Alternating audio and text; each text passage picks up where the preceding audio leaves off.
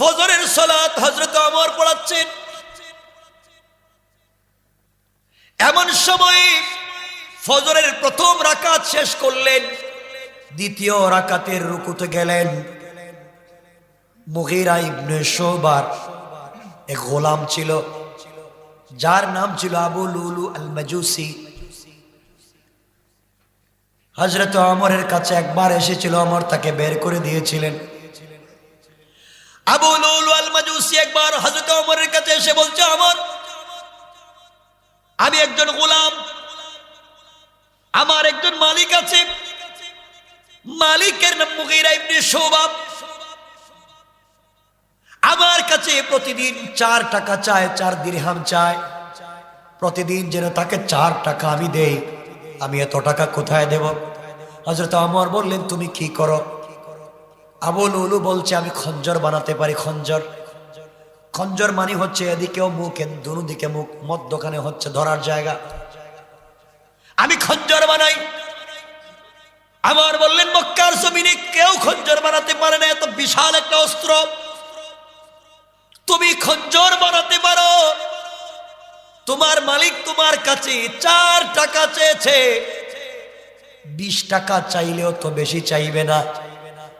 4 টাকা দিতে তোমার এত আপত্তি কি? তুমি 4 টাকা দিও, কারণ তুমি যেই কাজ পারো মদিনায় কেউ আর এই কাজ পারে না।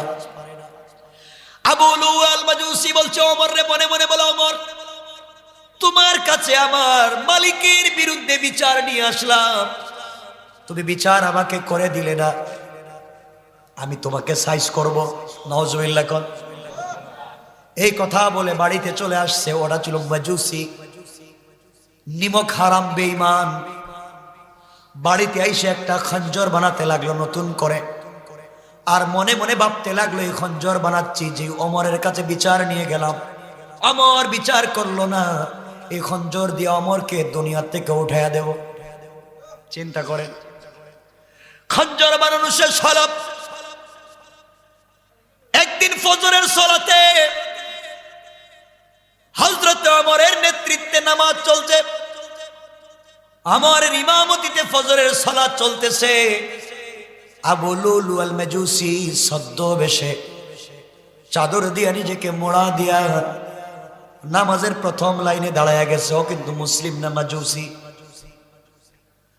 নামাজের প্রথম কাতারে দাঁড়িয়ে গেল। হযরত ওমর প্রথম রাকাত শেষ করে দ্বিতীয় রাকাতের রুকুতে গেলেন। এমন সময় আবু লুলু আল মাজুসি বেঈমানটা নামাজ ভেঙ্গে দিয়া হাতের খঞ্জর দিয়া এলু পাতাড়ি হযরত ওমরের পেটের মধ্যে মারতে শুরু করলো। হযরত ওমরের পেটে একবার মারল, বুকের মধ্যে মারল, পিছন দিকে মারল, 3 জায়গায় আঘাত করলো। ওমরের নাড়ি বুড়ি বের হয়ে গেল। ওমরের মতো মানুষ ফজরের সালাতি আঘাত প্রাপ্ত হয়ে নাড়ি বুড়ি বের হয়ে গিয়েছে, মাটিতে পড়ে গেলেন। আর সে খঞ্জর গুড়াতে গুড়াতে মসজিদ থেকে বের হয়ে গেল। যাওয়ার সময় মসজিদের ভিতরে আরো 4-5 জন সাহাবীকে জায়গায় স্পট ডেড, জায়গায় মেরে ফেলল। এত বড় অন্যায় করবার পরে চলে গিয়েছে। হযরত ওমর চিৎকার করে বললেন, আমাকে কুকুর মেরে ফেলল। পড়ে গেলেন, অজ্ঞান হয়ে গেলেন। সাহাবায়ে কেরাম দেখলেন ওমর আর বাঁচবে না, সবগুলো হাত বোর যা আছে সব বের হয়ে গেছে ভিতর থেকে। কাপড় দিয়ে পেঁচাইয়া হযরত ওমরকে বেঁধে রাখা হলো। হযরত ওমরের মুখের মধ্যে দুধ যদি দেওয়া হয়, দুধ পেট দিয়ে বের হয়ে যায়, নাবিজ দিলে বের হয়ে যায়, কিছুই টিকে না। বুঝা গেল ওমর আর বাঁচবেন না। গোটা মদিনার মধ্যে কান্নার রোল পড়ে গেল, গোটা মুসলিম বিশ্বে কান্নার রোল পড়ে গেল, ওমর আর বাঁচবেন না। একজন মাজুসি ওমরকে আঘাত করেছে, 5-7 জন সাহাবীকে শহীদ করেছে। খঞ্জর দিয়ে আঘাত করলে বাঁচবার কোনো সুযোগ নাই। হযরত ওমর বুঝলেন আর বাঁচবেন না, জ্ঞান ফিরে না। ডাক্তারেরা পরীক্ষা করে দেখলেন ওমরকে বাঁচানো যাবে না, আর বাঁচবেনই না। দীর্ঘক্ষণ পরে 72 ঘন্টা পরে অমরের যখন জ্ঞানটা ফিরিল, অমরের জ্ঞান ফিরেছে, চক্ষু খুললেন। জ্ঞান ফেরার পরে আমরা হলে তো বলতাম ওর ছেলে কোথায় গেল, আমার কলিজার টুকরা মেয়ে কোথায়, আমার ওয়াইফ কোথায়, আমার মা বাবা কোথায়, আমার ক্ষমতা কোথায়, আমার সম্পত্তি হাজার হাজার সম্পত্তি, কারে কোনটা দেব? আমি তো মহিলা যাচ্ছি বলে চিৎকার শুরু করতাম, আমাকে তোমরা ভালো ডাক্তারে নিয়ে যাও, বাঁচাবার চেষ্টা করো বলতাম। কেন আমার নিজের ছেলের কথা বললেন না, নিজের মেয়ের কথা বললেন না। তিনি বললেন না আমার ছেলে আব্দুল্লাহ কোথায়, আমার ছেলে আব্দুর রহমান কোথায় বললেন না, আমার স্ত্রী কোথায় বললেন না, কারো কথা তিনি বললেন না। অমর ডেকে ডেকে ভাঙ্গা গলায় বলেন, সাহাবীরা রে, আমার নেতৃত্বে যে ফজরের সালাত শুরু হয়েছিল আমি ছিলাম ইমাম। এক রাকাত পড়াতে পারলাম, দ্বিতীয় রাকাত পড়াতে পারলাম না। তোমরা আমাকে বলো, তোমরা কি ঠিক মতো দ্বিতীয় রাকাতটা পড়তে পারছো? তোমরা কি নামাজের দ্বিতীয় রাকাত ঠিক মতো আদায় করেছো? আমার নেতৃত্বে যেই নামাজটা শুরু হয়েছিল এই নামাজ কি কমপ্লিট হয়েছে? কিয়ামতের দিনে না জানি আল্লাহ আমার জিজ্ঞাসা করে, ওমর তোমার নেতৃত্বে যে নামাজ শুরু হয়েছিল শেষ করলে না কেন? আমি জবাব দিতে পারবো না, তোমরা বলো নামাজটা আদায় হয়েছে কিনা। সাহাবায়ে কেরাম বললেন, আমিরুল মুমিনিন খলিফাতুল মুসলিমিন, আপনি এই সময় টেনশন করবেন না। আপনি পড়ে যাওয়ার পরে আমরা নামাজকে ভেঙ্গে দেই নাই, আমরা তাড়াহুড়ো করি নাই, বরং আপনার জায়গায় আব্দুর রহমান বিন আউফকে দাঁড় করাইয়া তার নেতৃত্বে পূর্ণাঙ্গভাবে নামাজ আদায় করেছি। আমার বললেন, আমি যদি মরে যাই টেনশন নাই, আমি মরে গেলে কষ্ট নাই। নবীজি যে আমানত দিয়েছিলেন তা ঠিক মতো আদায় করতে পেরেছি। আমার আয়াতটা আল্লাহ এটাই বলছেন, ওয়ালা নাবলুওয়ান্নাকুম বিশাইইম মিনাল খাউফি ওয়াল জু'। তাদেরকে এত নির্যাতন, এত ভয়, এত কষ্ট দেওয়ার পরে জান্নাতে যাইতেও ভয় পায়, না জানি আল্লাহ আমার সঙ্গে কোন ব্যবহার করে। আমার বলতেছেন, দুনিয়ায় না জানি কি করলাম, কি জবাব দিব আল্লাহর সামনে? এত নির্যাতনের পরেও চিন্তা করেন কি করলাম। আর তুমি আমি তো শয়তানের দাদা, এরপর চিন্তা করে জান্নাতুল ফেরদাউসে যাব। একটু চিন্তা করো, রাসূল পাক বসে আছেন, ওমর দাঁড়িয়ে আছেন, কাঁপতেছেন। যে ওমরের সামনে কেউ দাঁড়াবার সাহস নাই, যে ওমরের সামনে কেউ দাঁড়ায় না, আজ এই ওমর কাঁপতেছে। কেউ তাকে কিছু বলেনি, ওমর তরবারি ছেড়ে দিলেন, রাসূল পাকের চেহারার দিকে তাকালেন, নবীজি হাত ধরে টান দিয়ে বসায় দিলেন। যে ওমরের বয়ে মক্কায় কথা বলা যায় না, আজ ওমর দাঁড়ায় আছে। কে দাঁড় করাই দিয়েছেন? কে? ওমরকে পাঠাইছিল আবু জাহাল, আবু লাহাব, উতবা, শাইবা, মুগীরা মুহাম্মদের মাথা কাইটা আনার জন্য। ঠিক না? যা কে আছো মুহাম্মদের মাথা কাটবা। ওমর বলছিলেন আমি। আল্লাহ বলছিলেন, যা ওমর, তুই মাথা কাটতে যাচ্ছিস, কাফেররা কৌশল করছে তোকে দিয়ে মাথা কাটাবে, আর আমি কৌশল করলাম তোকে দিয়ে কাফেরদের মাথা কাটাবো। আল্লাহর কৌশল। এজন্য আল্লাহ কোরআনে কারিমে বলেন, ওয়া মাকারু ওয়া মাকারাল্লাহ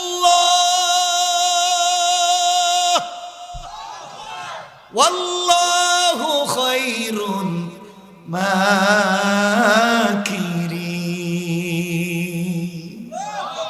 আল্লাহ বলছেন ওরা কিসের কৌশল করে, আমার কৌশল তো বুঝতেছে না, আরো বড় কৌশল। ওরা কি একটারে পাঠাইছে, আমি চেঞ্জ করে দিলাম। যা, তারা ওমরে পাঠাইছে নবীজির মাথা কাটবে, আর আমি এখন পাঠাইবো ওমরে ওদের মাথা কাটতে। আল্লাহু আকবার বললেন না? কৌশল কার? আমার আসছেন, নবী বসায় দিলেন। ওমর, কিছু বলার জন্য আসছো? এখন কি বলবেন? এই লোকটার পিছনে পুরা জিন্দগি কাটায় দিলেন মারার জন্য। তার সামনে বসে আছেন, নবীজির চেহারার দিকে তাকায়া মুস্কি হাসলেন। নবীজির মুস্কি হাসি তো বুঝতেছেন জান্নাতের একটা টুকরা। নবীজি মুস্কি হাসলেন, ওমর নিজেকে আর সামনে রাখতে পারলেন না, আমার নবীকে জড়াইয়া বলেন, মুহাম্মদ কালিমাটা পড়াইয়া দাও। আল্লাহু আকবার, কালিমাটা পড়াইয়া দাও। নবীজি পড়াইয়া দিলেন কালিমা, হয়ে গেলেন মুসলমান। তো ঘটনা বলছি না, বুঝাতে চাচ্ছি মিছিল। যারা বলছিলাম আমার কালিমা পড়লেন, বসলেন নবীজির কাছে। নবীজির কাছ থেকে বিদায় নিয়ে যাবেন এমন সময় রাসূল পাককে বলছেন, পয়গম্বরে আরবি, আপনার কাছে একটা প্রশ্ন। কি প্রশ্ন? আপনি বলুন, আমি যে ইসলাম কবুল করেছি এটা সত্য না মিথ্যা? নবীজি বলছেন, অবশ্যই সত্য। আল্লাহর কোরআন সত্য না মিথ্যা? নবীজি বলেন, অবশ্যই সত্য। আল্লাহ সত্য না মিথ্যা? অবশ্যই সত্য। তাহলে ইয়া রাসূলুল্লাহ, আপনার কাছে আমি জানতে চাই, সব যদি সত্য হয়, আপনি আবুল আরকামের ঘরে বসে দারুল আরকাম বানাইয়া গোপনে গোপনে দাওয়াত দিবেন কেন? প্রকাশ্যে দাওয়াত হবে, প্রকাশ্যে। আল্লাহু আকবার। নবীজি বলেন, ওমর শান্ত হও, রক্ত গরম করা যাবে না, এটা মক্কার জিন্দেগি, মায়ের খাওয়ার জিন্দেগি। আল্লাহ বলছেন পরীক্ষা করবেন, মায়ের দিয়া পিটাইয়া, খাবার না দিয়া, ঘর বাড়ি ভাঙ্গাইয়া পরীক্ষা করবেন। এখন না, আমি কিচ্ছু মানি না, এখন মিছিল হবে তাওহীদের। নবীজি বলেন, কিসের মিছিল? তাওহীদের মিছিল, আল্লাহর একত্ববাদের মিছিল, মূর্তি পূজার বিরুদ্ধে মিছিল হবে। নবীজি বলছেন, আমার কি বলছো, তুমি কি পাগল হইছো? পুরা মক্কা আমাদের বিরুদ্ধে, আবু লাহাব, আবু জাহাল, উতবা, শাইবা, মুগীরা, ইবনে ওয়াইল সবগুলো আছে, আমারে মারার জন্য খুঁজতেছে। তুমি বলতেছো মিছিল হবে? হযরত ওমর দাঁড়ালেন, দাঁড়িয়ে বলেন, ইয়া রাসূলুল্লাহ, আপনি আমাকে জানেন, চিনেন, আগেও চিনতেন। আমি ওমর, আমার কাছে মাথা কাটা ডাল ভাত, টাকা দিলেই হতো এমন সন্ত্রাস ছিলাম আমি ওমর। কেউ টাকা দিয়া যদি বলতো মাথা কাইটা নিয়ে আয়, কার মাথা দেখতাম না, সকালে লাগবে না বিকালে বুঝতাম না, টাকা দে মাথা এনে দেব। এভাবে ওরা টাকা পয়সা দিয়া 300 উট দিয়া আমারে পাঠাইছিল আপনার মাথা কাটার জন্য। আমি তো মাথা কাটতে আইসা আমার জিন্দেগিটা আপনার কদমে দিয়ে দিলাম। আমি আপনার সব কথা মানি, একটা কথা মানি না, সেটা হচ্ছে আজকের থেকে গোপনে কোনো ওয়াজ চলবে না, দাওয়াত চলবে না। মক্কার মেইন রাস্তায়, হাইওয়েতে দাঁড়াইয়া এখন থেকে মিছিল হবে। নবীজি বলছেন, ওমর তুমি যাই বলো। মুসলমান কয়জন জানো? জানি না তো। কয়জন বলেন আপনি? নবীজি বলছেন, ওমর সারা মক্কায় না, সারা দুনিয়ায়, পূর্ব থেকে পশ্চিম, উত্তর থেকে দক্ষিণ, গোটা দুনিয়ায় মুসলমান মাত্র 11 জন। কয়জন? 11 জন। নবীজি বলছেন, 11 জন দিয়ে তুমি কিসের মিছিল দিবা? ওমর বলছিলেন, কেন? আল্লাহ না কোরআনে বলছেন, আল্লাহু ওয়ালিয়্যুল্লাযীনা আমানু, যারা ঈমান আনবে আল্লাহ তাদের অভিভাবক। তো আসতে বললেন কেন?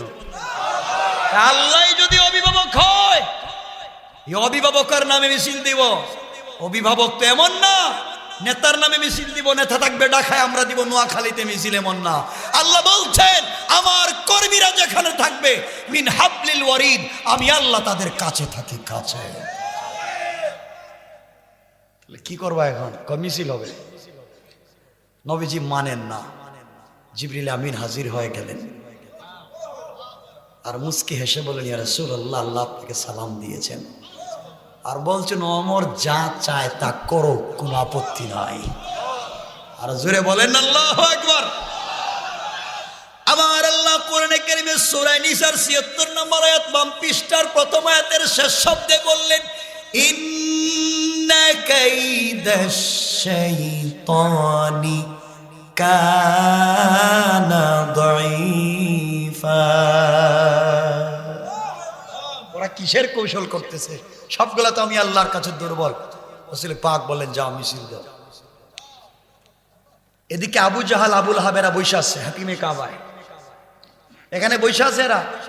উমর নি মাথা নিয়ে যায়, সবাই বৈশা রেডি, মুহাম্মদের মাথা আজকে নিয়ে আসবে ওমর। গোটা মক্কায় ঘোষণা হয়েছে, ওমর গিয়েছে মুহাম্মদের মাথা কাটতে। আর আল্লাহকে আমিও ঘোষণা দিতেছি একটু পরে আমার তাওহীদ। এজন্য মনে রাখবেন, ইসলামী আন্দোলনের কর্মীদেরকে দমাইয়া রাখা যায় না। এরা ফাঁসির দড়ি গলায় ঝুলাই আল্লাহর নামের তাকবীর দিতে পারে, ঠিক কিনা বলে? গুলি করে পিটাইয়া মাইরে এদেরকে দমানো যায় না। হযরত ওমর বলেন, হামজা কোথায়? হযরত হামজা দাঁড়িয়ে গেলেন। আপনি মুহাম্মদের চাচা, আপনি থাকবেন পিছনে, আমি থাকবো সামনে। 11 জন মুসলমান, 2টা লাইন হবে। পিছনের লাইনে 6 জন, সামনের লাইনে 5 জন। আপনি পিছনে দাঁড়িয়ে তাকবীর দিবেন, লিল্লাহে তাকবীর, নারে তাকবীর। আর আমি ওমর তরবারি খোলা সামনে দাঁড়ায় বলবো আল্লাহু আকবার। আল্লাহু আকবার জোরে বলেন না। আল্লাহু আকবার। মক্কায় গোটা পৃথিবীতে প্রথম আল্লাহর নামের মিছিল হবে। মানুষ কয়জন? 11 জন। আল্লাহ। আমার বন্ধুগণ, 11 জন মুসলমান।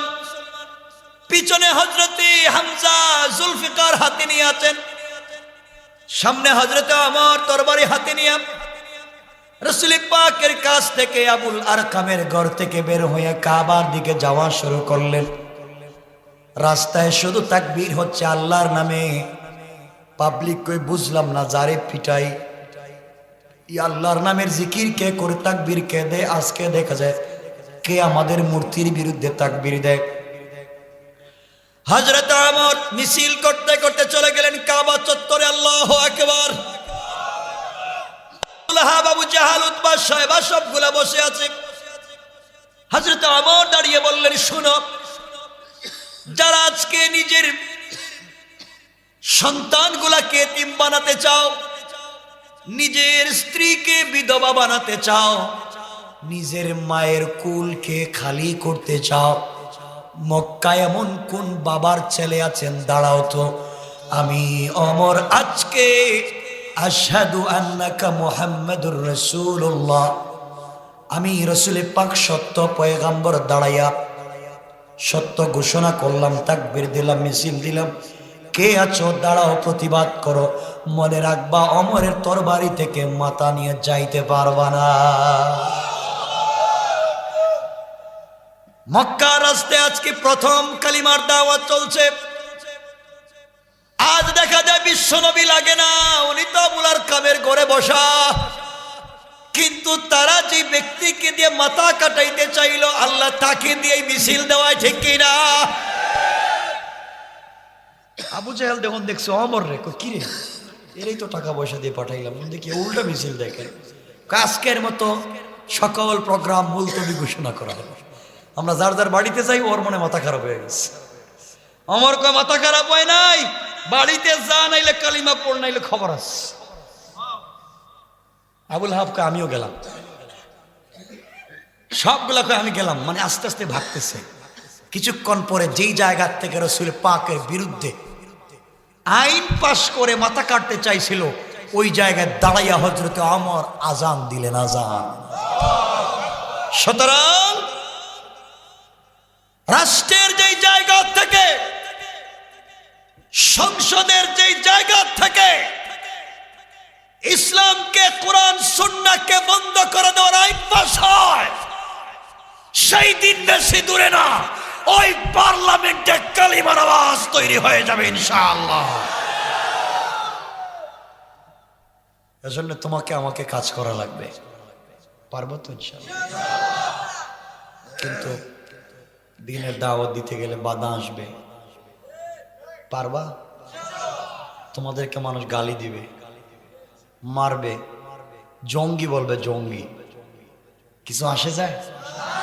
তোমাদেরকে কেউ বলবে হাত কেটে দেব, পা ভেঙ্গে ফেলবো, গলা ধাক্কা দিয়ে বুড়িগঙ্গা ফালাই দেবো, তোর বাবার কপাল, বেটা শয়তান, ঘাড় ধাক্কা দিয়ে ফালাই দিবে, বুড়িগঙ্গা দিবে, হাত পা ভেঙ্গে দিবে। মনে হইতেছে আমরা মানে বাইসা বাইসা আসছি, কি আমাদের কিচ্ছু নাই। আরে যারা এই সমস্ত কথা বলে, না তো রাষ্ট্রের কামলার কর্মচারী, ঠিক কিনা বলেন? আমরা রাষ্ট্রের মালিক, আমাদের ট্যাক্সের টাকায় আপনারা চলেন। লজ্জা হয় না? মালিকের খায়া মালিকের বিরোধিতা করেন, এই কাজ তো কুকুরও করে না, ঠিক কিনা বলেন? কুকুরও যেই মালিক খাওয়ায়, এই মালিকের দরজায় পাহারাদারি করে। এর কারণ আছে অনেকগুলা। কষ্ট পাচ্ছেন আপনার? অনেকগুলা কারণ আছে। এর কারণ হলো, রাগ করবেন না তো, যে কোরআন শরীফ চিনেননি? কোরআন শরীফ কই ইনশাআল্লাহ, মানে আগামীতে চিনবেন। চিনেন না? এই কোরআন শরীফকে তো চিনেন বলছেন, আপনারা কোরআন শরীফে বানাইছেন মসজিদে বাচ্চাদের পড়াবার বই। কোরআন শরীফকে বানিয়েছেন জানাজার জিয়ারত করবার বই। কোরআনকে বানিয়েছেন শবে বরাত আর শবে কদরে খতম পড়বার বই। কোরআনকে বানিয়েছেন কেউ মইরা গেলে তার বাড়িতে 10 জন মিলে খতম পড়ে 200 টাকা করে পাওয়ার বই। কোরআনকে বানিয়েছেন তাবিজ আর কবজ দেওয়ার বই। বলেন, এগুলার জন্য কোরআন নাজিল হয় নাই। কোরআন আর দ্বীন মানে পূর্ণাঙ্গ জীবন ব্যবস্থা। কোরআন এখানে থাকবার জিনিস না, কোরআন থাকবে পার্লামেন্টে। কথা বলেন না কেন? আমি যদি আপনাদের নোয়াখালীতে আগামী 100 বছর ওয়াজ করি, সালাত পড়ো, সুদ খাইও না, গোশ খাইও না, ফেন্সিডিল ইয়াবা বাবার ব্যবসা করো না, কে কার কথা শোনে? বাংলাদেশের নেতারাই তো ফেন্সিডিলের কারবারি। ঠিক বললাম না? এমন নেতা আছে নিজে ফেন্সিডিল খায়, তার কর্মীরা ইয়াবার ব্যবসা করে। এক নেতার কর্মী ধরেন কক্সেস বাজারে, নোয়াখালী দেশে, নোয়াখালীর কথাই কই, নোয়াখালীর একজন ওসি 2 ব্যাগ ইয়াবা সহ, অস্ত্র সহ, গোলাবারুদ সহ 5 জনকে আটকাইছে। কে? একজন ওসি, পুলিশের একজন কর্মকর্তা, ভারপ্রাপ্ত কর্মকর্তা যাকে বলা হয় থানার ওসি, আটকাইয়া চালান দিবে। হঠাৎ করে ডাকাত থেকে বড় নেতা, কেন্দ্রীয় লিডার ফোন দিয়েছেন। হ্যালো, কে বলছেন? আমি অমুক থানার অমুক ওসি বল্টু। তো বল্টু, তোমার ক্ষমতা তো বেশি, তুমি আমার কর্মীদেরকে ধরছো। স্যার, আপনার কর্মী কি এগুলো চুর, এগুলো ডাকাত, এদেরকে তো ইয়াবা সহ ধরছি, ওগুলো ছেড়ে দাও, ওগুলো আমার কর্মী। কয় স্যার, অস্ত্র শুদ্ধ ধরছি, অস্ত্র শুদ্ধ ছেড়ে দে। কথা কোন ঠিক কিনা? কই যাচ্ছে সমাজ? কারে বানাইছেন নেতা? আজকে নেতা বানাইছেন গম চুর, চাউল চুর, কালবাডে টাকা চুর, এদেরকে বানাইছেন নেতা। আপনারাও তো ভালো না, সারাদিন থেকে শুনলাম দিনে ভোট দিয়ে, আপনারা রাত্রেও দেন। দেন কথা শোনেন, কি বলতে চাইছি শোনেন। সমাজ বিষাক্ত, এমন বাংলাদেশে আসি রে ভাই, 20 বছর আগে মরছে, হেও ভোট দেয়। ঠিক কিনা বলেন? রাষ্ট্রের অবকাঠামোতে নৈতিকতা না থাকলে, সমাজের ভিতরে পরিশুদ্ধতা না থাকলে সব জালেম আর বেঈমানেরা মরে যায়। ঠিক কিনা জোরে কও।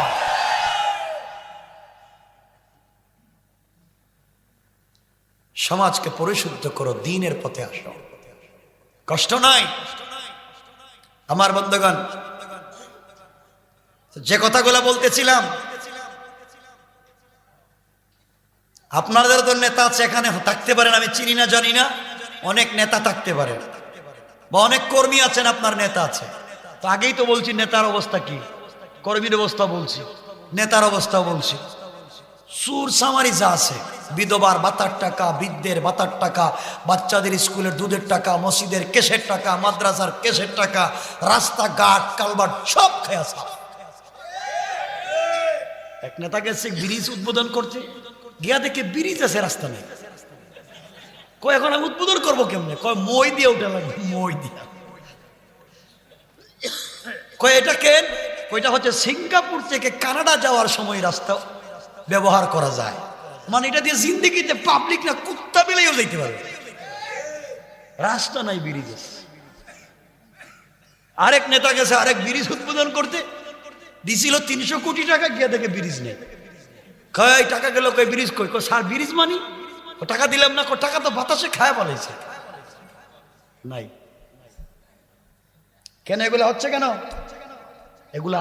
কারো দোষ না, দোষ আমাদের। আমরা ভাই পাবলিকের কাছে সঠিক নৈতিকতা, সঠিক চরিত্র, মানবিক দৃষ্টিকোণ থেকে মানুষের কাছে কোরআনের মৌলিক শিক্ষাটা পৌঁছে দিতে ব্যর্থ হয়েছে। আমার কথা একমত হবেন কিনা জানি না, শুনেন। আজ থেকে 50 বছর আগে আপনাদের এই সেবারহাট সেনবাগে এখন যত মসজিদ আছে আগে ছিল না। পুরা 2-3 গ্রাম মিলে একটা মসজিদ পাওয়া যেত না, 1-2 ইউনিয়ন মিলে একটা মাদ্রাসা পাওয়া যেত না, ঠিক বললাম না? 2-4 গ্রাম মিলে একজন আলেম পাওয়া যেত না জানাজা দেওয়ার জন্য।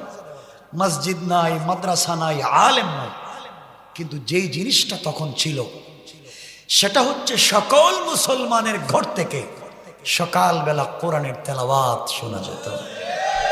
এটা ভুল বলেছি? ভুল বলিনি। আগেকার যুবকেরা রাস্তায় বসে আড্ডা দিচ্ছে, যদি তার বাপকে, যদি তার ভাইকে অথবা মুরব্বী কাউকে রাস্তা দিয়া যাইতে দেখছে, দৌড় ভাগছে, ঠিক না? রাস্তায় দাঁড়ায় নাই। আর আজকালকের ছেলেরা বাবার কাছে গিয়ে আপনার কাছে সিগারেট আছে নি? ঠিক কথা না? কই গেছে সমাজ ছিল।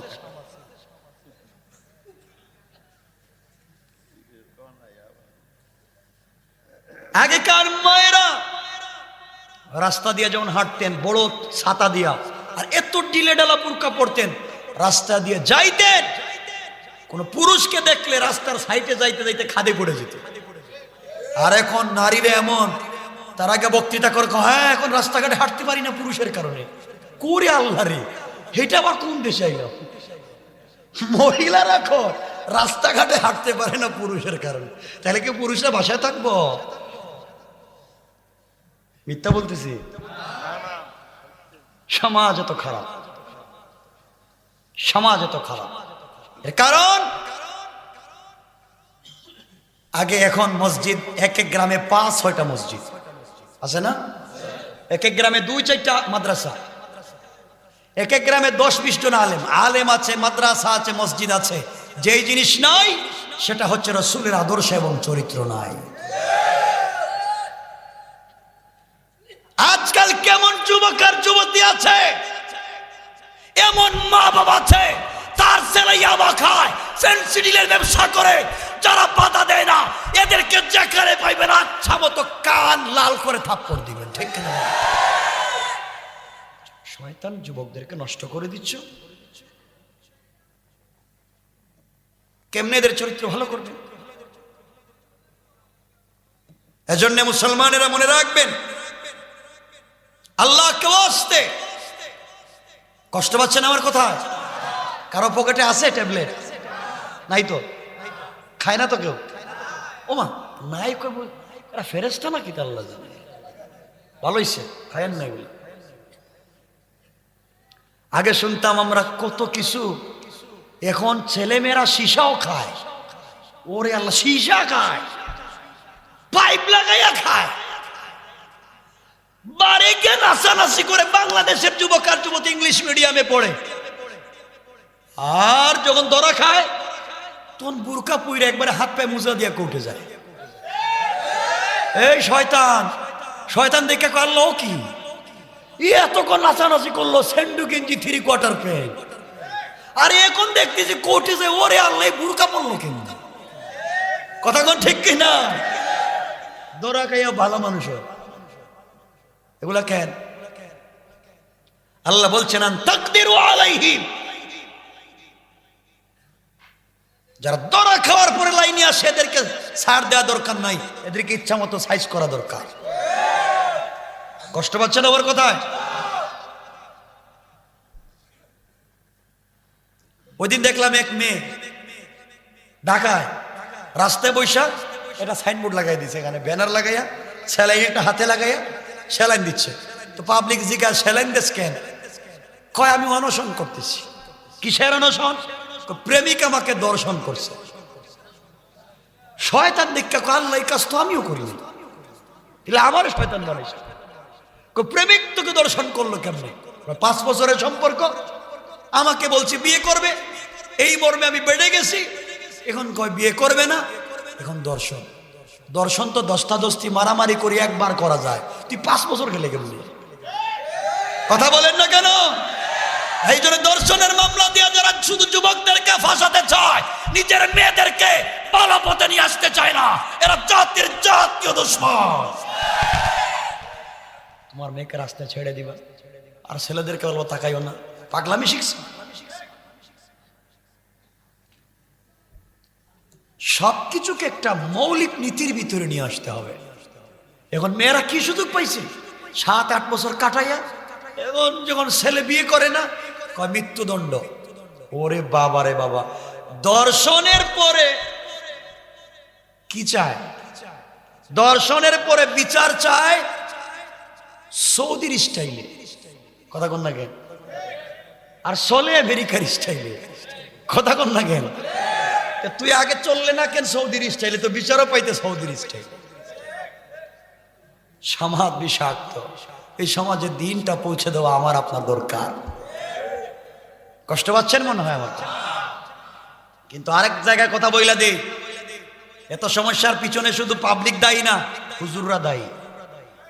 সব হুজুররা দায়ী। আর বিশেষ করে মসজিদের ইমাম আর খতিব। জান্নাতে যাইবেন না, খবর আছে, খাইবেন জান ময়রা দেখেন। আমি বইলা দিলাম, আমি বলছি জান জান্নাতে। ইমাম সাহেব আর খতিব সাহেব খবর আছে, একজনও দিতে পারবেন না। আল্লাহ বলছেন কোরআনে কারিমে, ইয়া আইয়ুহাল ইনসান মা গাররাকা বিরাব্বিকাল কারীম। এই মানুষ তোকে কে ধোঁকা দিয়েছে আমার মতো মহান রব থেকে? কেন তুই মসজিদের মিম্বরে সত্য কথা বলস না?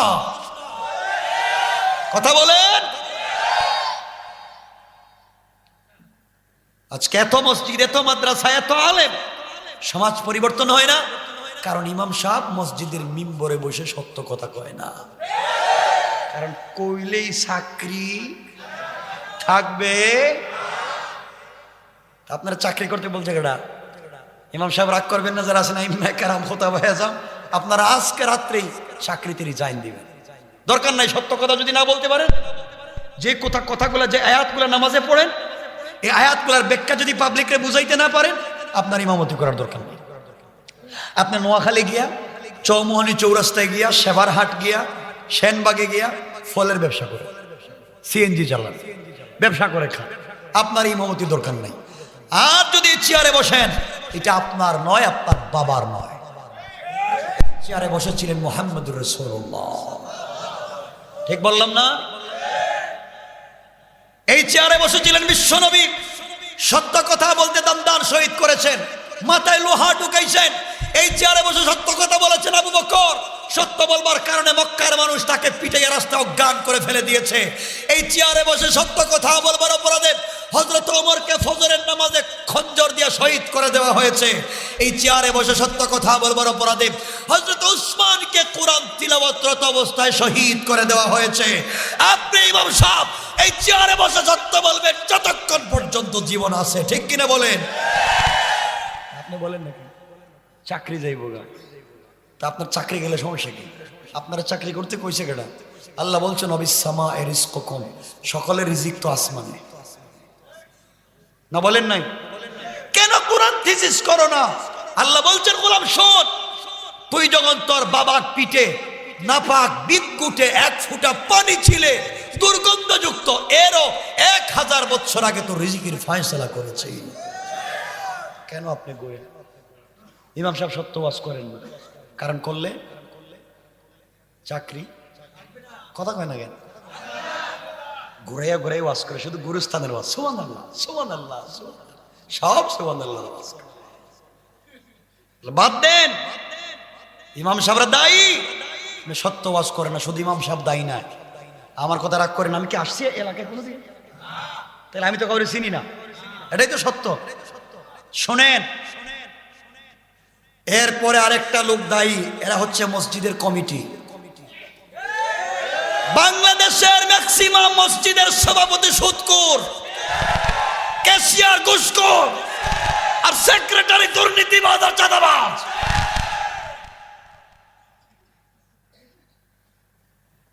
আপনারা মনে করতেছেন কেন জানি এরে আনছে, ইজ্জতটা তো মাইরা ফেলাইতেছে। আমার জীবনে আসার দরকার নেই, কিন্তু আমি একটাই বুঝি সত্য কথা। আমার যদি হাজার নাই 10,000 প্রোগ্রাম ইন্টারনেটে দেখেন, এই মিষ্টি মিষ্টি ওয়াজ আমার দ্বারা হবে না, এগুলা চলে না। ইমাম সাহেব চিন্তা করছে আল্লাহ যা করে আজকে সুদের যা ঘটছে ঘটছে, ইমাম সাহেব চিন্তা করছে যা চাকরি থাকার যাক, আগামী জুম্মায় সুদের বিরুদ্ধে ওয়াজ হবে। কিসের বিরুদ্ধে? সুদের বিরুদ্ধে। জুম্মা ভাই উঠতেই নাহমাদুহু ওয়া নুসাল্লি আলা বইলা সুদের ওয়াজ শুরু করছে, ডাইন দিকে তাকায় দেখে সভাপতি এলাকার সব থেকে বড় সুদের কারবার। ইমাম সাহেব ওরে আল্লাহ রে আল্লাহ, চাকরি তো নাই দেখতেছি, করলামটা কি? কয় তাইলে যাক, যারা ঘুষের বিরুদ্ধে ঘুষ খায় এদের বিরুদ্ধে ওয়াজ হবে। নাহমাদুহু বইলা ঘুষের ওয়াজ শুরু করছে, সুদেরটা পাল্টাইয়া বাম দিকে তাকায় দেখে সেক্রেটারি, সাবেক দারোগা। কি কইছি? দারোগা। ঘুষ খাইতে খাইতে আপনাদের রোডের সিএনজি ড্রাইভারের কাছ থেকে সিগারেটের রোড দেখো খাইছে। কথা কো ঠিক কিনা? মিথ্যা বলছি? যা দে তাকায়, দে সিগারেটের রোড দেখ দিল হইব, দে খাওয়া লাগবে। ইমাম সাহেব আল্লাহ চাকরি তো দেখতেছি লাল বাতি, এখন কি করি? কতলে দুটা বাদ, যারা বিধবার বাতার টাকা, বৃদ্ধের বাতার টাকা, বাচ্চাদের স্কুলের দুধের টাকা এগুলা মাইরা খায়, হেদের বিরুদ্ধে একটা ওয়াজ করে দেই, এরা দুজনের বিরুদ্ধে দরকার নাই। না আমাদের কয়ে যখন হেই ওয়াজ শুরু করছে, সামনে তাকায় দেখে মাঝখানে সেক্রেটারি ক্যাশিয়ার বসে আছে, সাবেক চেয়ারম্যান। কি সাবেক? বিধবার বাতার টাকা, বৃদ্ধের বাতার টাকা, বাচ্চাদের স্কুলের টাকা, মসজিদের টাকা, মাদ্রাসার টাকা সব খাইয়া মরা মানুষের কাফন বিক্রি করে খাইছে। কথা কন না কেন? আরে সব না ভালো মানুষ আছে, আছে আছে না কয় আছে। ইমাম সাহেব চিন্তা করলো ওরে আল্লাহ, এখন তো দেখতেছি তিনোটা সামনাসামনি, তো চাকরি তো নাই। যাহারি ওয়াজ বাদ। ইমাম সাহেব ছিল চালাক, গেছে গা এলাকার গুরুস্থানের ওয়াজ, মাটির নিচের ওয়াজ করে যারা মুর্দা আছে এদের খবরের কথা কয়। সভাপতি কয় আলহামদুলিল্লাহ, সেক্রেটারি কয় মাশাআল্লাহ, ক্যাশিয়ার কয় জাযাকাল্লাহ, হুজুর যে ওয়াজ করছেন আমার কলিজা ঠান্ডা হয়ে গেছে গা, আগামী মাসে 500 টাকা বেতন বাড়াইয়া দিল। ঠিক কিনা বলেন? বেতন বাড়াইতেছ না? আল্লাহ কয় খবরে আয় আয় আয়, আমার কাছে আয়, বাইর করবো 500 টাকা। কথা কন না কেন? তো সোজা ইসলাম, এত সহজ ইসলাম। সমাজ বিষাক্ত, দিন নাই। এজন্য সমাজের ভিতরে দিন পৌঁছে দেওয়া দরকার আছে না নাই? এখানে এলাকার কাছে মোড়লদের কথা বল, এটা কইলে আবার রাগ করে ফেলা কিনা, তো রাগ করলে কি হলো? আমি কারো চিনি নাকি? এলাকায় সব এলাকায় না কিছু মোড়ল থাকে, মাতব্বর এলাকার লিডার থাকে, সব জায়গায় না, কিছু জায়গায় তো খারাপ পাওয়া যায়। হে এক কাপ লাল চা খাইয়া এদিকের বিচার এদিকে দিয়ে দেয়, এইটা এলাকায় নাই। একবারে অরিজিনাল সত্য কথা বল। আর যদি কোন আঙ্কেল এটা এটা কি 500 বা 5000, তাহলে মামলার ইজহার থেকে আপনার নাম কাইটা মসজিদের ইমামের নাম ঢুকাই দিল, ঠিক না? আল্লাহ কয় কি রে শয়তান, এত কিছু কইরা পাবলিক রে জ্বালাইয়া হজে গিয়া কাবার গেলাম, আল্লাহ কয় কান্দসকে আমারে জান্নাত দাও। আল্লাহ কয় বাটপার, পাবলিকে ঠকাই আমারও ঠকাইতে আইছিস। কথা কও ঠিক কিনা? কিরে সবরে জ্বালাইয়া বলে আমারও জ্বালাইতে আইছিস। এগুলা বাপ, এগুলা চলবে না, এগুলো হারাম। ছেলের সম্পদ দে, বাবা মেয়েরে দেয় না, আছে না? ছেলেরে দে, মেয়েরে দেয় না। কত বড় বাপ শয়তান, যাওয়ার সময় হজে যাওয়ার সময় সব বন্টন করে দিয়ে যায়। ছেলেরে দিছে সব, মেয়েরে 500 টাকা দিয়ে গেছে একটা মিষ্টি খাইস। হজে গিয়ে আল্লাহ আমি সব দিয়েছি, আল্লাহকে মেরে দিলে না, কহেরে তো বিয়া দিয়ে দিছি। আল্লাহকে আয় কবরে আয়, তুই মেরে ঠকাইলে কেন? বাবা মারা যাওয়ার সময় সম্পত্তি ভাইয়ের কাছে দিছিল, এখন বাতিজা বড় হইছে, বাতিজারে সম্পদ দেয় না, সব নিজের নামে লিখে নিছে। এগুলা নাই? এতিমের সব সম্পদ নিজের নামে লিখে নিছে। আচ্ছা বলেন, এতগুলা কাজ করার পরে কেমনে আপনি আমি মুসলমান দাবি করি বলেন তো আমাকে? আপনারা আমাকে বলেন তো, আপনাদের এলাকায় তো মসজিদ নেই? মসজিদ আপনাদের এলাকায় মসজিদ আছে না? কোনদিন শুনছেননি কোন ইমাম সাহেব দোয়া করতেছে, আল্লাহ আমার মসজিদের মুসল্লিদের কপালে ডাবল ঢাডা বালা? দোয়া করতে কয় লাগবে আপনাদের? না শুনছেন? ডাবল না, শুধু নর্মাল ঠাডা ফেলা, এই দোয়া করছে? সত্য কথা কন, করে নাই। ইমাম সাহেব প্রতিদিন দোয়া করে, আল্লাহ আমার মসজিদের মুসল্লির হায়াত বাড়াও, রিজিক বাড়াও, সুস্থ রাখো, কয় না? এইভাবে ইমাম দোয়া করলো, আর এই মুসল্লি মসজিদ থেকে বাইরিয়া চায়ের দোকানে গিয়া ইমামের বদনাম শুরু করে। ঠিক কিনা বলেন? যা কইবে সব সত্য কথা, একবার বাস্তব। সমাজ কত খারাপ। আর কিছু লোক আছে, আচ্ছা আপনারা বলেন তো, আপনাদের ইউনিয়নের নাম কি? 8 নং বীজবাগ ইউনিয়ন। পুরা ইউনিয়নের চেয়ারম্যান কয়জন? সত্য কথা বলা, একজন। আর মসজিদে চেয়ারম্যান কয়জন? নাই। মসজিদে চেয়ার থাকে না? চেয়ার থাকে না মসজিদে? চেয়ার কেন মসজিদে? এটা কি চেয়ারম্যানের অফিস? চেয়ার কেন কেন কন আমারে? শুধু ফালতু চলতেছেন সমাজে। মসজিদে চেয়ার কেন? সারা রাস্তাঘাট, বউর বাড়ি, স্বামীর বাড়ি, জামাইয়ের বাড়ি, বাচ্চার বাড়ি, সবার বাড়ি ঘুরে ফিরে খায়, মাঠে ময়দানে ঘুরে বাজারটার করে 5 তলা 6 তলায় উঠে মসজিদে গেলেই চেয়ারম্যান। কথা কন? মসজিদে গেলে হাত পা ভাঙ্গা যায়। আল্লাহ কই, কি রে এতক্ষণ ভালো ছিল, আমার কাছে এসে এমন করস কে? আমার কাছে আসলে তোর হাত পা ভাঙ্গা যায় কেন? কি বলেন তো? এই এতগুলা অন্যায় থাকবার পরে সমাজ কিসের শান্তির আশা করে? সব মসজিদে চেয়ারম্যান। এজন্য আমি বলে দিলাম, আমি মনে রাখবেন, যে কারো কাছ থেকে ফতোয়া নিয়ে আসেন দুনিয়ার, আমি বইলা দিলাম, যেই মসজিদে চেয়ার পাইবেন সবগুলা পেট্রোল লাগায় জ্বালাইয়া দেন। ঠিক কিনা বলেন? কিসের চেয়ার? আল্লাহর সামনে গেছে, আবার চেয়ারে বসো। আল্লাহর সামনে দাঁড়িয়েছ, তোমার লজ্জা হওয়া উচিত যে আল্লাহর সামনে বসো, তুমি চেয়ারে বসো। কারো যদি অসুস্থতা হয়, আল্লাহ বলছেন শুয়ে নামাজ পড়, পশ্চিম দিকে পা দিয়ে বাবা নামাজ পড়। ঠিক না? যেভাবে পারিস নামাজ পড়। কিন্তু সব যখন করতে পারো, তুমি দাঁড়াতে পারো, তুমি বসছো কেন? যতক্ষণ দাঁড়াতে পারো দাঁড়ায় থাকবা, যতক্ষণ দাঁড়াতে পারো দাঁড়ায় থাকবা। ডাক্তার যদি বলে শুধুমাত্র রুকু সেজদায় গেলে তোমার হার্টবিটে প্রবলেম, ওই সময় তুমি চেয়ারে বসতে না, ওই সময় তুমি টুলে বসবা। টুলে, চেয়ার না। কিসে বলছি? চেয়ার তো বসে এইভাবে নামাজ পড়ে, এভাবে হেলাই দেয়। বাপ রে বাপ, আল্লাহ কিরে জমিদার, আমার সামনে এই যে জমিদার, হ্যাঁ চেয়ারে বসছো আমার সামনে এসে। এই জন্য টুল দিবেন, টুল তো বুঝবেন, হেলান দেওয়া যায় না। যতক্ষণ আছেন তখন বসে থাকবেন, কিন্তু দাঁড়াতে হলে দাঁড়াবেন। চেয়ার যে মসজিদে পাইবেন আগুন ধরাই দিবেন। কথা কন? চেয়ারে বসবেন আপনি নামাজে।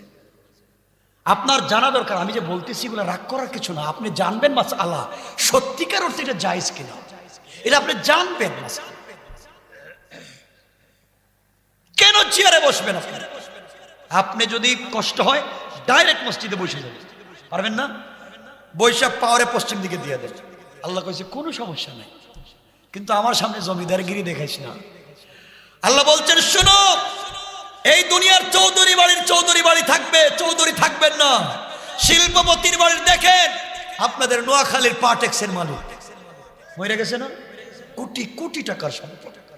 যমুনার মালিক নুরুল ইসলাম বাবুল মরে গেছে, হাজার হাজার কোটি টাকার সম্পদ। কবরে দেখবার মতো, জিয়ারত করবার মতো লোক নাই। কার জন্য রাইখা যাচ্ছে? কার জন্য?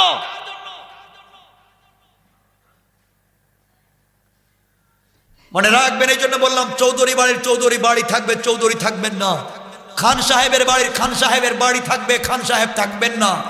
শিল্পপতির বাড়ির শিল্পপতির বাড়ি থাকবে, শিল্পপতি থাকবেন না। চেয়ারম্যানের বাড়ির চেয়ারম্যান বাড়ি থাকবে, চেয়ারম্যান থাকবেন না। আপনার তৈরি করা বাড়ি থাকবে, থাকবেন না আপনি।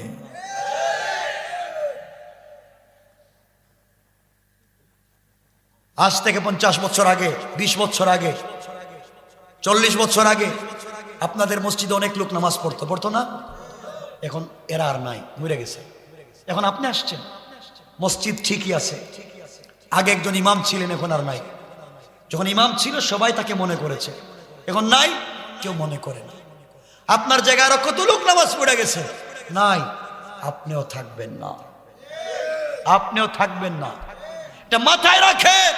আপনি কবরে চলে যাবেন তো কি নিয়ে যাবেন, কি নিয়ে হাজির হবেন আল্লাহর কাছে? 4টা কারণে মানুষ জাহান্নামে যাবে। প্রধানত কারণ কয়টা? কয়টা কারণ? আপনাদের কষ্ট হচ্ছে? হাত দেখান তো, কার কষ্ট হচ্ছে? ওরে আল্লাহ, আবারও কষ্ট হইতেছে, ঘুম পাইতেছে। প্রধানত কয় কারণ? 4 কারণে মানুষ জাহান্নামে যাবে। 1 নম্বর, আল্লাহ বলবেন, কিরে এই তোমরা জাহান্নামে আইছো কেন? দুনিয়া না তুই লিডার ছিলে, তুই না নেতা ছিলে, তুই আর এক বেচারার গাড়ি ভাঙ্গাইলি, আর এক বেচারার পাম্পসাট করাইয়া নিজে গাড়ি ভাঙ্গাইয়া তার বিরুদ্ধে থানায় মামলা দিলে, এখন কি? কালু লাম নাকু মিনাল মুসাল্লি। আল্লাহ, জাহান্নামে আইছি, নামাজ পড়তাম না। আর কোন কই যাইবে, কই যাবেন? রাসূল পাক ইন্তেকালের আগে চিৎকার করে বলেছেন, আসসালাত আসসালাত। আপনি নামাজের সময় ঘুমান, এর চাইতে বড় কষ্টের কি হতে পারে? আল্লাহ না ঘুমাইয়া গভীর রাত্রে ডাইকা বলতেছে, হাইয়া আলাস সালাহ, হাইয়া আলাল ফালাহ। ওই গোলাম মসজিদে আয়, কল্যাণের দিকে আয়। আল্লাহ গলা ফাটে ডাক দিয়ে বলছে, আসসালাতু খায়রুম মিনান নাওম। আয়, নামাজ থেকে ঘুম ভালো, আমার কাছে আয়। হেকো যাইতাম না, হেকো যাইতাম না, ভাললে নেও। কথা কন না কেন? আল্লাহকে এতবার ডাকলাম, আইতেছে হাসনাতে, আজরাইল পাঠাইতেছি, আজরাইল পাঠাইতেছি, ঘুমাইয়া থাক। তুই যে বালিশের নিচে ঘুমাইছিস, তুই জানিস না তোর বালিশের নিচে আজরাইল বসা। কোন বলে আছে? নামাজকে গুরুত্ব দেন, পারবেন তো ইনশাআল্লাহ? বাইচা যান যদি নামাজে, বাইচা যান হিসাব। আউয়ালু মা ইউহাসাবু ইয়াউমাল কিয়ামা আস-সালাহ। কিয়ামতের দিন প্রথম হিসাব হবে নামাজের। কিসের হিসাব? তো নামাজে গিয়ে তো স্পিরিটে পড়ে, ইমাম সাহেব কি পড়ে হেও জানে না। আর তারাবিতে মনে হইতেছে আমেরিকা, তারাবি যখন চলে মসজিদে তখন মনে হয় হেলিকপ্টার চলতেছে, শুধু ঠাস ঠাস ঠাস ঠাস আওয়াজ। হঠাৎ মনে হচ্ছে আল্লাহু আকবার, মানে রুকুতে যাওয়ার আগে কয় সামি আল্লাহু লিমান। পাবলিক খুব ভালো ইমাম সাহেব পাইছি, 25 মিনিটে 20 রাকাত শেষ, ঠিক না? আল্লাহ কয় ঠিক আছে, মনে রাখিস। আমি বলছি না, আল্লাহ বলছেন মনে রাখিস, ফাওয়াইলুল লিল মুসাল্লিন। যা তোর নামাজ নিয়ে কিয়ামতের দিন গাট্টি গাট্টি নামাজ নিয়ে আসবে। আমি বলবো ভাগ, নামাজ লিয়া যা। কথা কন, ফাওয়াইলুল লিল মুসাল্লিন। কের নামাজ? কি রে, তার ছেলে বিদেশ থেকে চিঠি পাঠাইতো, কত সুন্দর আস্তে আস্তে বানান কইরা, জের জবর পেশ, এর প্রসইকার দীর্ঘইকার ঠিক কইরা টাইনা টাইনা বুঝে বুঝে পড়লো। আর আমার কাছে আসছে, কিচ্ছু বুঝে না। কথা কন, চলবে না এগুলো। এই জন্য আমার মুসলমান বন্ধুগণ, নামাজকে গুরুত্ব দিবেন নাই ইনশাল্লাহ। কন সবাই বলেন। আর একটা কথা বইলা দিই, নামাজকে তো গুরুত্ব দিবেন ঠিকই, নামাজ তো আপনারা পড়েন। বাচ্চারা, মিথ্যা কথা কইবেন না। এদের ছোট ছোট বাচ্চা, এদেরকে আপনারা মসজিদে নিয়ে যান। মারামারি কন, একটু কন, মারামারি হয় না? মসজিদে গেলে বাচ্চারা মারামারি করে, এজন্য বাচ্চাদেরকে নেয় না। অনেক মসজিদ সাইনবোর্ড লাগায় দেয়, ছোট ছোট বাচ্চাদেরকে মসজিদে নিয়ে আসবেন না, এরা মসজিদে মারামারি করে। আর যদি কোনো ছেলে দুষ্টামি করে, মুসল্লিরা কয় তোর বাপকে ডারে, বাপ ছিল শয়তান, তোর মা একটা ডাবল শয়তান, আর 2 শয়তানে মিলে 3 নম্বর শয়তানের জন্ম দিয়েছে, ঠিক কিনা বলেন? মসজিদে এসে শুধু দুষ্টামি করে। যদি কোনো মুসল্লি, কথা শোনেন কি বলতে চায়, মসজিদে বাচ্চাদেরকে শুধু নিয়ে যাবেন না, খেলাধুলার জন্য মসজিদে বাচ্চাদেরকে পাঠাবেন। বাচ্চাদের খেলার জায়গা মসজিদ। বাচ্চাকে সিনেমা হলে যাবে, অবশ্যই বাচ্চারা মসজিদে আসবে, এরা খেলাধুলা করবে, গ্লাস ভাঙবে, কাঠ ভাঙবে, ফ্যান ভাঙবে দিবে। এগুলো হচ্ছে সৌন্দর্য। আল্লাহ বলেছেন জান্নাতুল ফিরদাউসের মসজিদে বাচ্চারা দৌড়াবে আর খেলাধুলা করবে। বাচ্চাদেরকে মসজিদে গেলে নামাজ ভেঙে জায়গা। এই তো বাচ্চা 6, 7, 8 বছরের বাচ্চা, ও তো 8 বছরে মসজিদে গেছে, আর তুমি তো 8 বছর বয়সে পাতার বিড়ি খাইছো। পাতার বিড়ি, ঠিক কিনা বলে? তুমি যে বয়সে পাতার বিড়ি টানছো, একবার লঙ্গি উল্টে বাঁধছো, গান গাইছো, বেদের মে জুস না, এই বয়সে তো সে মসজিদে যায়। এই বয়সে তো বাচ্চাটা মসজিদে গেছে, তাকে আপনি মসজিদ থেকে বাইর করে দেন।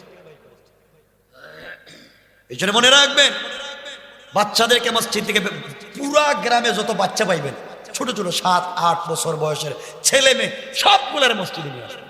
তারা খেলবে, দুষ্টামি করবে মসজিদের ভিতরে। আর যেই মুসল্লি বলবে বাচ্চারা দুষ্টামি করে কেন, ঘাড় ধরে মুসল্লিকে বের করে দিবে। আপনি কিসের মুসল্লি?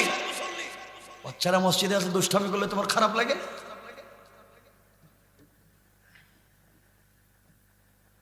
বাচ্চাদের জায়গা হচ্ছে মসজিদ, ওদের দুষ্টামের জায়গা মসজিদ।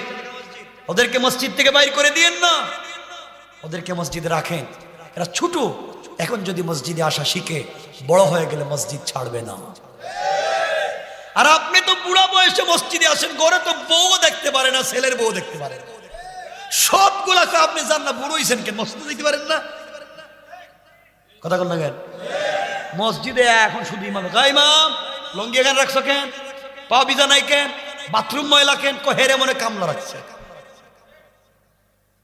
কি সমাজ চিন্তা করেন, এই সমাজে কিসের শান্তি? এই জন্য বাচ্চাদেরকে মসজিদ থেকে বের করবেন না, সকল বাচ্চাদেরকে। আরে তোমার আমার দোয়া তো আল্লাহর কাছে কবুল না হতে পারে, আমরা তো গুনাহগার। আপনারা ফেরেশতা মনে হইতেছে, মনে হইতেছে খুব ফেরেশতা, এরা গুনার ঘাটতি নিয়ে হাঁটতেছেন। আমরা তো গুনাহগার, আমাদের দোয়া কবুল হতে নাও পারে, কারণ আপনি তো তালা বাবা, সালা বাবা, ল্যাংটা বাবা, কুত্তা বাবার মুরিদ হইছেন। কথা কন। পিসাব নামাজ পড়ে না, মুরিদও নামাজ পড়ে না, পিসাব গাঞ্জা খায় আর হেরা আরেকটা খায়।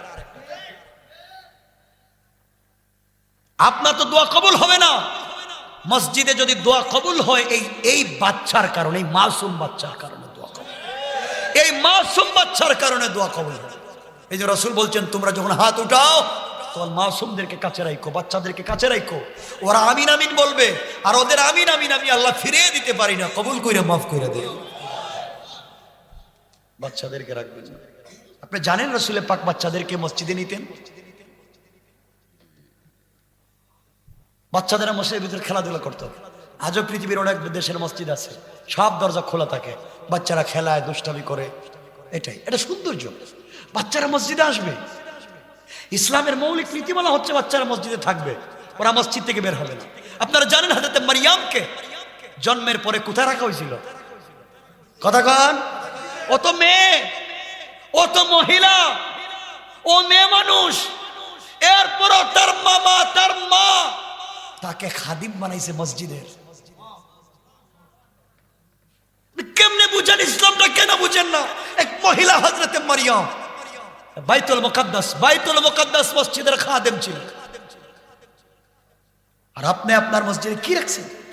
বাচ্চাদেরকে আসতে না, যাই না, মসজিদে যাবা না। রাসূল পাক সাল্লাল্লাহু আলাইহি ওয়াসাল্লাম একদিন আসরের সালাত পড়াচ্ছেন মসজিদে। কষ্ট পাচ্ছেন আমার কথায়? আমি রাইখা দিব, আর লম্বা করব না। আর আমি জানি কষ্ট হচ্ছে, কষ্ট হইলে আমার আপত্তি নেই। আমি জিন্দেগিতে আশা লাগলো না, একটা ভালো কাজ হইল, শান্তি পাইলাম। শুনেন, রাসূল পাক আসরের সালাত পড়াচ্ছেন মসজিদে, হঠাৎ করে 3 রাকাত শেষ করছেন। কয় রাকাত? 4 নাম্বার রাকাতের প্রথম সেজদা শেষ, দ্বিতীয় সেজদায় গিয়ে নবীজি উঠেন। 10 মিনিট, 15 মিনিট, 20 মিনিট, আধা ঘন্টা এক সেজদা। সাহাবায়ে কেরাম বলেন, কি রে, সব নামাজ দেখি ঠিক মতো শেষ হইল, এক সেজদায় গিয়ে তো লম্বা, এবং কেউ তো উঠতেও পারে না, কারণ ইমাম তো রাসূল পাক। আমরা পিছন থেকে খাসি, এটা কথা ইমাম সাহেব আছেন নাকি চিন্তা করে করে বউর সাথে কথা কইতেছেন? মাথা উঠাও, আরেকজন পিছন থেকে কইতো দেখ ধাক্কা দিয়ে আসে না মরে গেছে। আমরা যে মুসল্লি নাইলে ইমাম সাহেব টাইম মসজিদে বাইর করে দিত। কিন্তু এখানে তো সাহাবায়ে কেরাম, ইমাম তো বিশ্বনবী, কেউ কথা বলতেছেন না। দীর্ঘ আধা ঘন্টা পরে রাসূল পাক মাথা উঠে গেলেন। নামাজ শেষ হলো, সাহাবায়ে কেরাম ধরলেন, ইয়া রাসূলুল্লাহ আপনাকে বলতে হবে এত লম্বা সাজদা দিয়েছেন কেন? নাকি জিবরাইল আসছিল ওহী নিয়া, নাকি কোনো ঘটনা ঘটছে? নবীজি বলেন না রে, সব ঠিক মতো ছিল। আমি যখন নামাজে গেছি সেজদায়, তখন ওই যে আমার নাতি একটা আছে না, নাতি হুসাইন, ও আইসা আমার কাঁধে উঠে গেছে। ও দেখলাম পিছনে নামাজের কাতারের পিছনে দেখলাম নামাজে, আমি তো সামনে দাঁড়াইছি।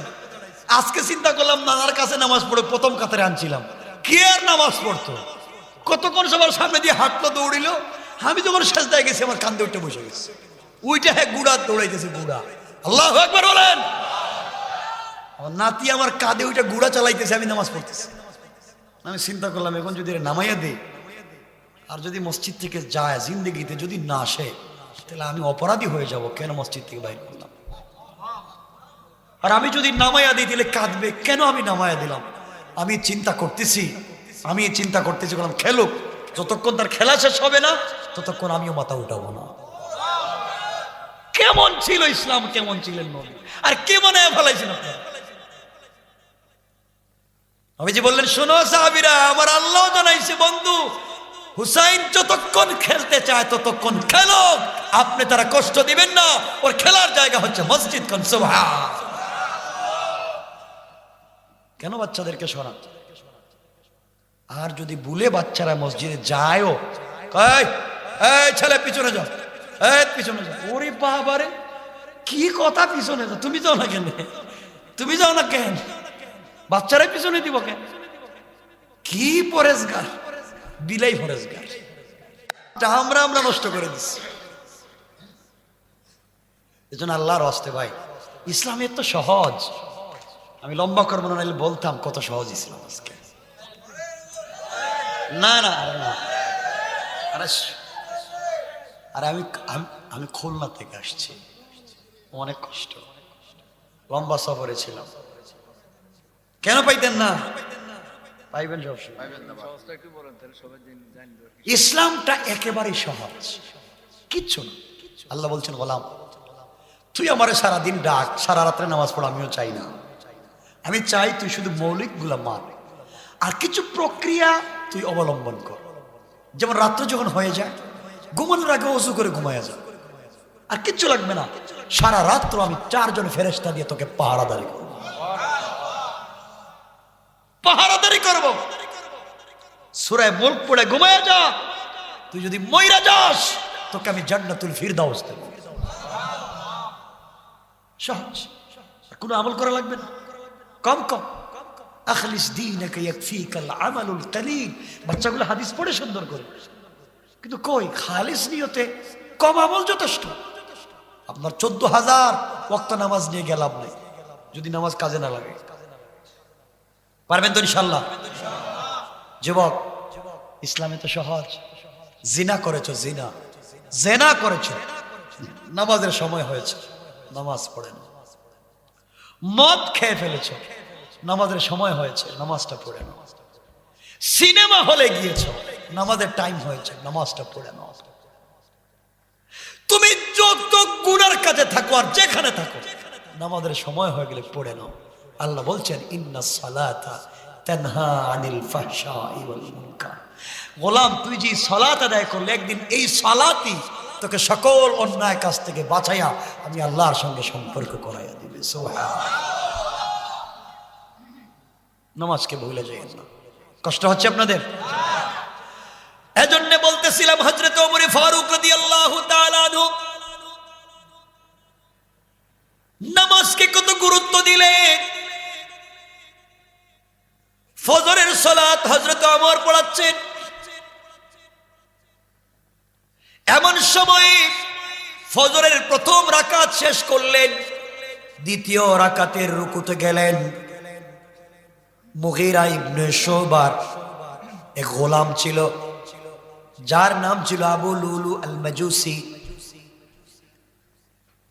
হযরত ওমরের কাছে একবার এসেছিল, ওমর তাকে বের করে দিয়েছিলেন। আবু লুলু আল মাজুসি একবার হযরত ওমরের কাছে এসে বলছে, ওমর, আমি একজন গোলাম, আমার একজন মালিক আছে, মালিকের নাম মুগীরা ইবনে শুবা। আমার কাছে প্রতিদিন 4 টাকা চায়, 4 দিরহাম চায়, প্রতিদিন যেন তাকে 4 টাকা আমি দেই। আমি এত টাকা কোথায় দেব?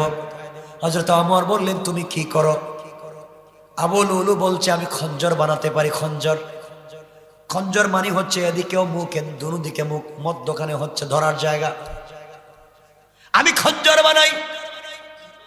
আমার বললেন, মক্কার জমিনে কেউ খঞ্জর বানাতে পারে না, এত বিশাল একটা অস্ত্র, তুমি খঞ্জর বানাতে পারো। তোমার মালিক তোমার কাছে 4 টাকা চেয়েছে, 20 টাকা চাইলেও তো বেশি চাইবে না। 4 টাকা দিতে তোমার এত আপত্তি কি? তুমি 4 টাকা দিও, কারণ তুমি যেই কাজ পারো মদিনায় কেউ আর এই কাজ পারে না। আবু লুলু আল মাজুসি বলছে, ওমর রে, মনে মনে বলো, ওমর, তোমার কাছে আমার মালিকের বিরুদ্ধে বিচার নিয়ে আসলাম, তুমি বিচার আমাকে করে দিলে না, আমি তোমাকে সাইজ করব। নাউজুবিল্লাহ কোন। এই কথা বলে বাড়িতে চলে আসছে। ওরা ছিল মাজুসি, নিমক হারাম বেঈমান। বাড়িতে এসে একটা খঞ্জর বানাতে লাগলো নতুন করে, আর মনে মনে ভাবতে লাগলো, এই খঞ্জর বানাচ্ছি যে ওমরের কাছে বিচার নিয়ে গেলাম, ওমর বিচার করলো না, এই খঞ্জর দিয়ে ওমরকে দুনিয়া থেকে উঠাইয়া দেব। চিন্তা করেন, খঞ্জর বানানো শেষ হলো। একদিন ফজরের সালাতে হযরত ওমরের নেতৃত্বে নামাজ চলছে, ওমরের ইমামতিতে ফজরের সালাত চলতেছে। আবু লুলু আল মাজুসি ছদ্মবেশে চাদর দিয়া নিজেকে মোড়া দিয়া নামাজের প্রথম লাইনে দাঁড়ায়া গেছে। ও কিন্তু মুসলিম না, মাজুসি। নামাজের প্রথম কাতারে দাঁড়িয়ে গেল। হযরত ওমর প্রথম রাকাত শেষ করে দ্বিতীয় রাকাতের রুকুতে গেলেন। এমন সময় আবু লুলু আল মাজুসি বেঈমানটা নামাজ ভেঙ্গে দিয়া হাতের খঞ্জর দিয়া এলু পাতাড়ি হযরত ওমরের পেটের মধ্যে মারতে শুরু করলো। হযরত ওমরের পেটে একবার মারলো, বুকের মধ্যে মারলো, পিছন দিকে মারলো, 3 জায়গায় আঘাত করলো। ওমরের নাড়ি বুড়ি বের হয়ে গেল। ওমরের মতো মানুষ ফজরের সালাতি আঘাত প্রাপ্ত হয়ে নাড়ি বুড়ি বের হয়ে গিয়েছে, মাটিতে পড়ে গেলেন। আর সে খঞ্জর গুড়াতে গুড়াতে মসজিদ থেকে বের হয়ে গেল। যাওয়ার সময় মসজিদের ভিতরে আরো 4-5 জন সাহাবীকে জায়গায় স্পট ডেড, জায়গায় মেরে ফেলল। এত বড় অন্যায় করবার পরে চলে গিয়েছে। হযরত ওমর চিৎকার করে বললেন, আমাকে কুকুর মেরে ফেলল। পড়ে গেলেন, অজ্ঞান হয়ে গেলেন। সাহাবায়ে কেরাম দেখলেন ওমর আর বাঁচবে না। সবগুলো হাত বোর যা আছে সব বের হয়ে গেছে ভিতর থেকে। কাপড় দিয়ে পেঁচাইয়া হযরত ওমরকে বেঁধে রাখা হলো। হযরত ওমরের মুখের মধ্যে দুধ যদি দেওয়া হয়, দুধ পেট দিয়ে বের হয়ে যায়, নাবিজ দিলে বের হয়ে যায়, কিছুই টিকে না। বুঝা গেল ওমর আর বাঁচবেন না। গোটা মদিনার মধ্যে কান্নার রোল পড়ে গেল, গোটা মুসলিম বিশ্বে কান্নার রোল পড়ে গেল, ওমর আর বাঁচবেন না। একজন মাজুসি ওমরকে আঘাত করেছে, 5-7 জন সাহাবীকে শহীদ করেছে। খঞ্জর দিয়ে আঘাত করলে বাঁচবার কোনো সুযোগ নাই। হযরতে ওমর বুঝলেন আর বাঁচবেন না, জ্ঞান ফিরে না। ডাক্তারেরা পরীক্ষা করে দেখলেন ওমরকে বাঁচানো যাবে না, আর বাঁচবেনই না। দীর্ঘক্ষণ পরে 72 ঘন্টা পরে ওমরের যখন জ্ঞানটা ফিরিল, ওমরের জ্ঞান ফিরেছে, চক্ষু খুললেন। জ্ঞান ফেরার পরে আমরা হলে তো বলতাম, ওর ছেলে কোথায় গেল, আমার কলিজার টুকরা মেয়ে কোথায়, আমার ওয়াইফ কোথায়, আমার মা বাবা কোথায়, আমার ক্ষমতা কোথায়, আমার সম্পত্তি, হাজার হাজার সম্পত্তি, কারে কোনটা দিব, আমি তো মহিলা যাচ্ছি বলে চিৎকার শুরু করতাম। আমাকে তোমরা ভালো ডাক্তারে নিয়ে যাও, বাঁচাবার চেষ্টা করো। বলতাম কি না? আমার নিজের ছেলের কথা বললেন না, নিজের মেয়ের কথা বললেন না। তিনি বললেন না আমার ছেলে আব্দুল্লাহ কোথায়, আমার ছেলে আব্দুর রহমান কোথায় বললেন না, আমার স্ত্রী কোথায় বললেন না, কারো কথা তিনি বললেন না। আমার ডেকে ডেকে ভাঙ্গা গলায় বলেন, সাহাবীরা রে, আমার নেতৃত্বে যে ফজরের সালাত শুরু হয়েছিল আমি ছিলাম ইমাম। এক রাকাত পড়াতে পারলাম, দ্বিতীয় রাকাত পড়াতে পারলাম না। তোমরা আমাকে বলো, তোমরা কি ঠিক মতো দ্বিতীয় রাকাতটা পড়তে পারছো? তোমরা কি নামাজের দ্বিতীয় রাকাত ঠিক মতো আদায় করেছো? আমার নেতৃত্বে যেই নামাজটা শুরু হয়েছিল এই নামাজ কি কমপ্লিট হয়েছে? কিয়ামতের দিনে না জানি আল্লাহ আমার জিজ্ঞাসা করে, ওমর তোমার নেতৃত্বে যে নামাজ শুরু হয়েছিল শেষ করলে না কেন? আমি জবাব দিতে পারবো না, তোমরা বলো নামাজটা আদায় হয়েছে কিনা। সাহাবায়ে কেরাম বললেন, আমিরুল মুমিনিন খলিফাতুল মুসলিমিন, আপনি এই সময় টেনশন করবেন না। আপনি পড়ে যাওয়ার পরে আমরা নামাজকে ভেঙ্গে দেই নাই, আমরা তাড়াহুড়ো করি নাই, বরং আপনার জায়গায় আব্দুর রহমান বিন আউফকে দাঁড় করাইয়া তার নেতৃত্বে পূর্ণাঙ্গভাবে নামাজ আদায় করেছি। আমার বললেন, আমি যদি মরে যাই টেনশন নাই, আমি মরে গেলে কষ্ট নাই। নবীজি যে আমানত দিয়েছিলেন তা ঠিক মতো আদায় করতে পেরেছি। আমার আয়াতটা আল্লাহ এটাই বলছেন, ওয়ালা নাবলুওয়ান্নাকুম বিশাইইম মিনাল খাউফি ওয়াল জু'। তাদেরকে এত নির্যাতন, এত ভয়, এত কষ্ট দেওয়ার পরে জান্নাতে যাইতেও ভয় পায়, না জানি আল্লাহ আমার সঙ্গে কোন ব্যবহার করে। আমার বলতেছেন, দুনিয়ায় না জানি কি করলাম, কি জবাব দিব আল্লাহর সামনে? এত নির্যাতনের পরেও চিন্তা করেন কি করলাম। আর তুমি আমি তো শয়তানের দাদা, এরপরও চিন্তা করে জান্নাতুল ফেরদাউসে যাব। একটু চিন্তা করো আমার বন্ধুগণ, এভাবেই বিশ্ব নবী সাল্লাল্লাহু আলাইহি ওয়াসাল্লাম ইন্তেকালের আগে মাঝে মধ্যে অজ্ঞান হয়ে যেতেন, কথা বলতে পারতেন না। জ্ঞান যখন ফিরলো ইন্তেকালের আগের রাত্রে ইশার সালাতে, জ্ঞান ফিরছে গভীর রাত্রে ইশার সময়, সকল সাহাবায়ে কেরাম মসজিদে আসলেন। নবীজির জ্ঞান ফিরে না, ইশার নামাজ হয় না, গভীর রাত্র হয়ে যাচ্ছে দেখে সাহাবায়ে কেরাম আবু বকরকে ধইরা রাসূলের জায়নামাজে দাঁড় করাইয়া নামাজে দাঁড় করাইয়া দিলেন। এমন সময়ে বিশ্ব নবীর জ্ঞান ফেরার পরে আমাদের মা আয়েশা সিদ্দিকা রাদিয়াল্লাহু তাআলা আনহার মাথা রানের উপরে বিশ্ব নবীর মাথা রাখা ছিল। নবীজি বলেন, আয়েশা আমার কষ্ট হচ্ছে, দর্দে সিনা বেড়ে গিয়েছে, জ্বর উঠে গিয়েছে, বাঁচব না। রাত্র কয়টা হয়েছে? ইয়া রাসূলুল্লাহ, গভীর রাত্র। আজকে কি ইশার সালাত হয়েছে? বলো বলো, ইশার সালাত কি আদায় হয়েছে? ইয়া রাসূলুল্লাহ, আপনি যখন বিছানায় পড়ে আছেন আমার বাবার নেতৃত্বে ইশার সালাত শুরু হয়েছে, আপনি দেখেন। নবীজি বলেন, আয়েশা ঘরের পর্দাটা সরাইয়া দাও, আমি একটু দেখি। আয়েশা পর্দা সরাইয়া দিলেন। নবীজি পর্দার আড়াল থেকে দেখেন হযরতে আবু বকরের নেতৃত্বে সাহাবায়ে কেরাম নামাজ পড়ে, চোখের পানি দিয়ে গাল ভিজিয়ে দিলেন। আর আল্লাহকে ডেকে বললেন, আল্লাহ তাআলা, আমি যদি মরে যাই আমার ভিতরে কোনো কষ্ট নাই, কারণ আমার অবর্তমানে মদিনার মসজিদে সালাত কায়েম হয়ে গেছে।